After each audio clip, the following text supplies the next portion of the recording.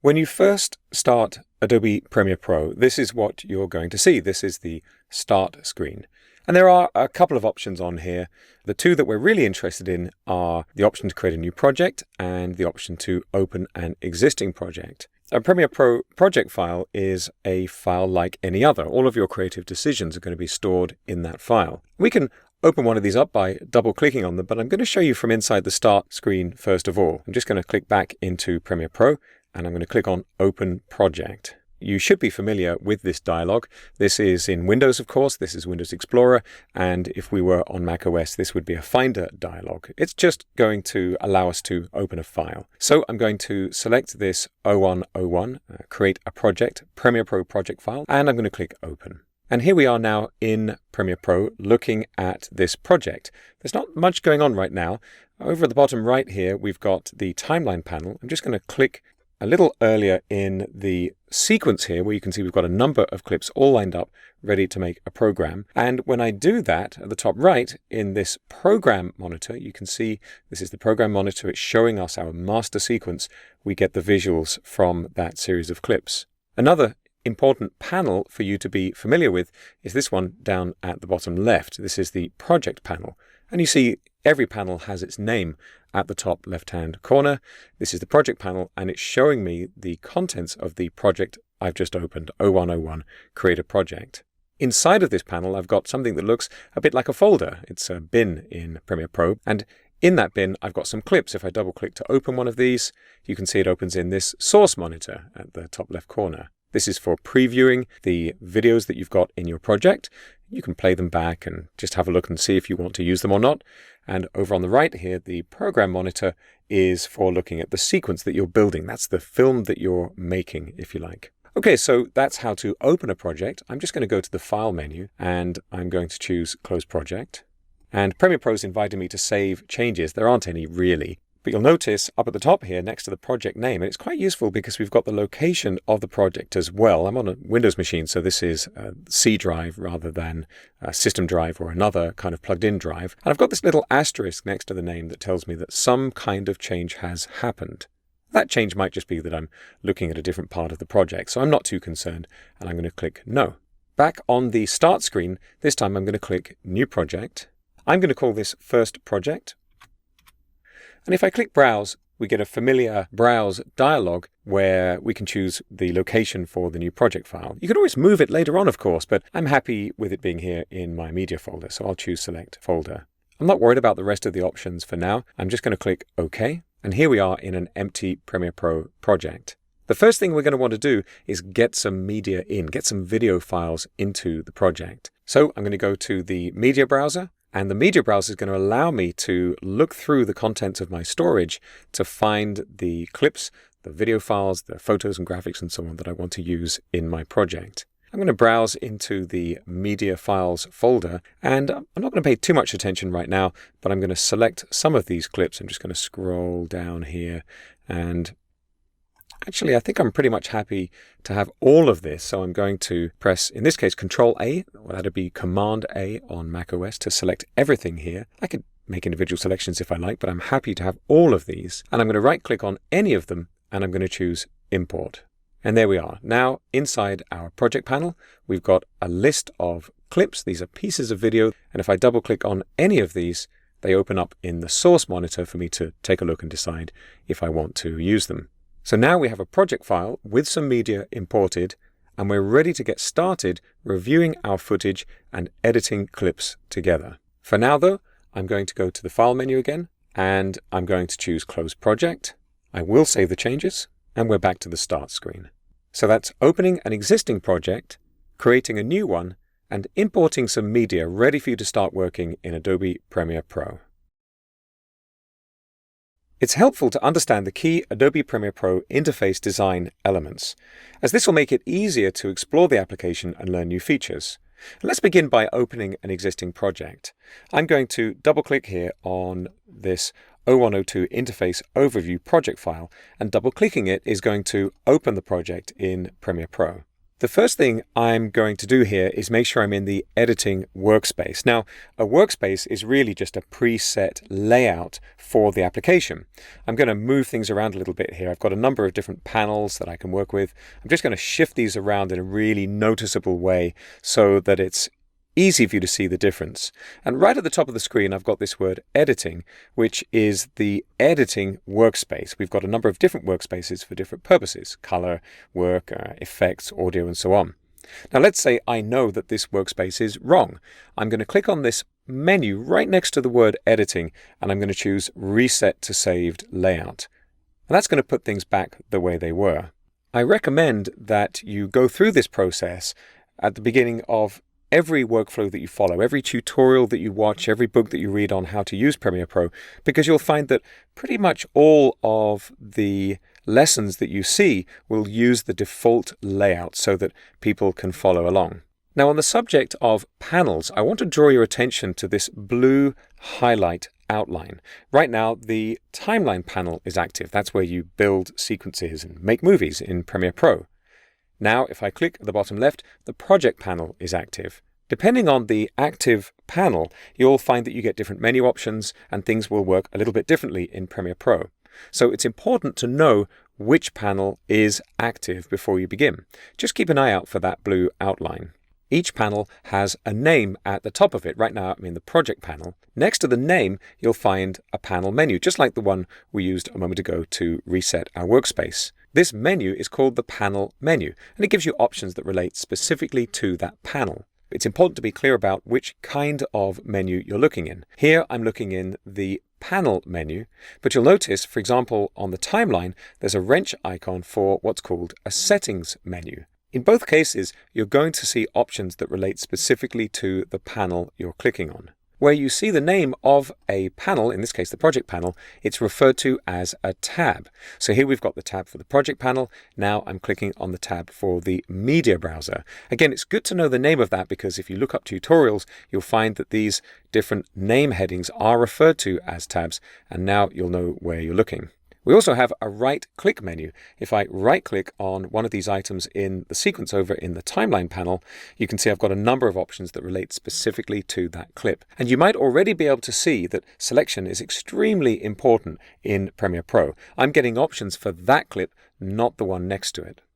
Every panel in Adobe Premiere Pro is listed in the window menu. So if you're ever hunting for a panel, don't worry about it. Just look for it on this menu and it'll come up when you select it. Here, for example, I'm choosing the media browser, and now the media browser has come to the front. Even though it was kind of already displayed in the interface, it was hidden behind the project panel, which I'm going to go back to right now. So now I'm going to go to the File menu. I'm going to choose Close Project. And that's an overview of the key design elements in Adobe Premiere Pro. For this lesson, I'm working with Project 0103 Import Media, and you can find that project file with the media files associated with this lesson. You can just double-click to open it up. Your projects might include video, music, voiceover, photos, graphics, and animation files. And let's import some video clips and learn about the way they're linked to your project file. I'm going into the Media Browser panel. And I'm just going to browse for our media and go into this media files folder. On the left, you've got all of the folders on your computer. On the right, you're seeing the contents of the folders you select. Right now, I'm here in the media files folder, the same one we looked at just now. If I double click on one of these, I'm going to double click on this clip right here, it'll open in the source monitor. And once it's here, I can press play if I want. Or I can take this blue so-called playhead and drag to a different section of the video. Notice I don't have to click on the playhead to move it. I can just click where I want it to go. I'm going to select a few of these clips. I'm just going to click on the first one up here and scroll down a bit, and I'm going to hold the Shift key down to make a list selection and get 6 clips. I'm going to right-click on any one of the selected clips and choose Import, and they'll appear in my project panel. Importing a clip creates what's called a master clip in Premiere Pro, which is really a shortcut to the media file. I'm just going to click on the background of the project panel to deselect these clips, and you can see that I'm in list view, and I've got some information about them. I've got the frame rate and so on. That's the number of frames per second for these video clips. I can also switch to the icon view by clicking this button at the bottom left-hand corner, and this is perhaps a little bit more useful. I've now got the visuals from the clips. Premiere Pro knows the location of the media files that clips link to, and if the media moves, you'll need to tell Premiere Pro where it is. Within the project file, we can organize our clips using special folders called bins, and this is a term used originally by film editors, and it stuck when editors switched to nonlinear editing. You can create a bin by clicking this button at the bottom right corner of the project panel. I'm going to call this Shots. I'm clicking away to apply the name, and if I double-click, it'll open in its own frame.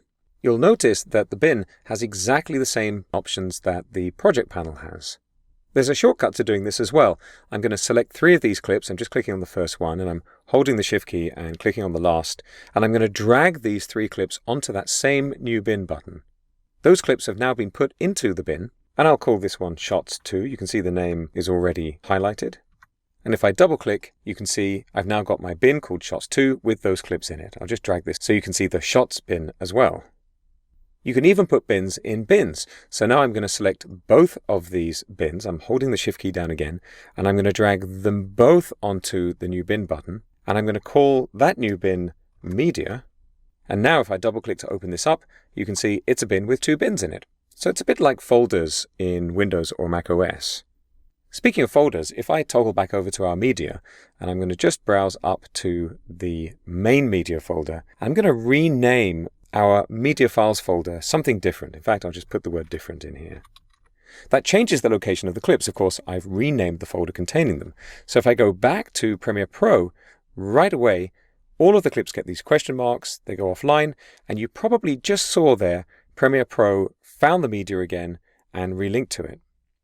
If I double click on one of these, up it comes. I'm just going to close some of these bins because they're getting in the way in my interface. And there it is. I'm just going to go back and I'll undo. I'm pressing Ctrl-Z here on Windows, that'll be Command-Z on Mac OS. Go back into Premiere Pro, and there, it just flashed up and found the media again. It's possible Premiere Pro will ask you where one of the clips are if you've really moved them to a different location on your computer. If that happens, you can just browse to the first clip that's missing, and Premiere Pro will find the rest. Notice as well, if I right-click on one of these clips, I can choose Reveal in Explorer. This is Reveal in Finder in macOS. And there's the clip highlighted. If I go back into Premiere Pro and just click on the name of this clip, I'm just clicking and then clicking again. Let's say I call this Trees. I'm clicking away to apply the name. I'm going to toggle back to the media, and you'll see that the file name hasn't changed. Remember, the clips inside of Premiere Pro really are just links to the media files. They are not the media files themselves. So renaming the shortcut doesn't change the media file. So that's an overview of importing media into your project, ready to edit in Adobe Premiere Pro. For this lesson, I'm working with a project file called 0104 Build a Sequence, and you can find that with the media included with this lesson. Just double-click on the project file to open it. Clips in the project panel are ready to be combined creatively by adding them to a sequence. Now, a sequence is a container, and as you may be able to tell from the name, clips added to a sequence are organized into a series of items that will play one after another. And let's create one now. This is a simple project with just 3 clips. I'll switch this to the icon view so you can see the contents of them. The clips are already imported, and you can see the timeline panel says drop media here to create sequence. So let's do that. I'm going to drag on the blank space of the project panel to lasso across these 3 clips so they're all 3 selected, and I'm going to drag them into the timeline panel. They've been added in the order I selected them, one after another, with time going from left to right.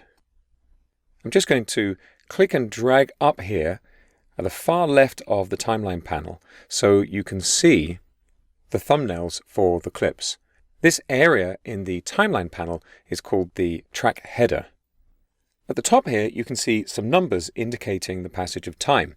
And if I click on those numbers, you can see the blue playhead here moves to where I click. The playhead indicates the frame that I'm going to be looking at. I can play the contents of my sequence by clicking the play button under the program monitor. That becomes a stop button, so you can click that to stop playback too. You can also use the spacebar, just like this. As the playhead moves across a cut, you'll see that we transition from one clip to another.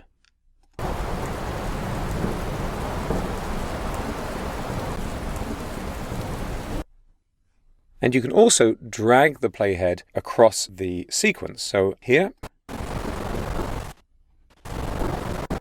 I'm moving quite quickly through the content. When this sequence was created, which happened when I dragged the clips into the timeline panel, it also appeared in the project panel.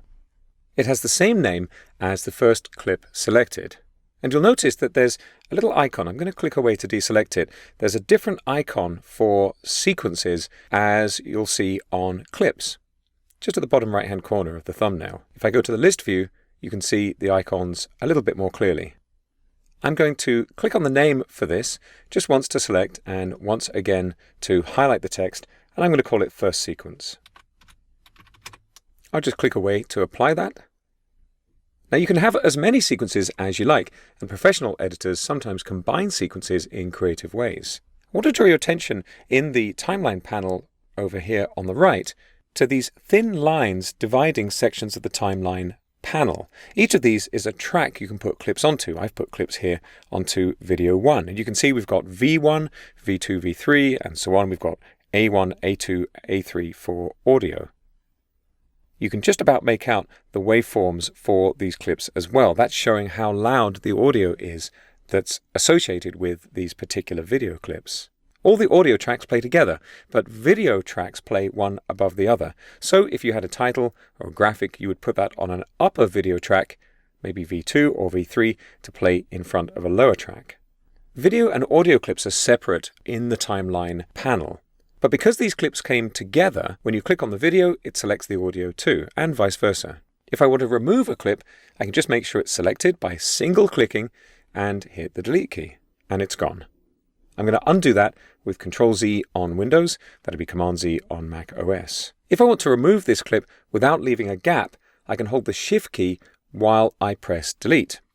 I'm going to go back to the icon view in the project panel and find that clip again. Here it is. And drag it onto the timeline. And you'll notice when I do, it snaps into position. See, as I drag there, it jumps into position just at the end of the series. Releasing the mouse button places the clip. Another way to create a new sequence is to select a number of clips in the project panel. Here, I'm holding the Shift key down to select all 3 of these clips again.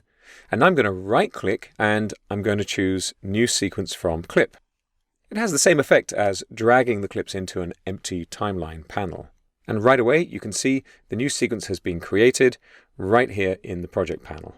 So that's how you build a new sequence, add and remove clips in Adobe Premiere Pro.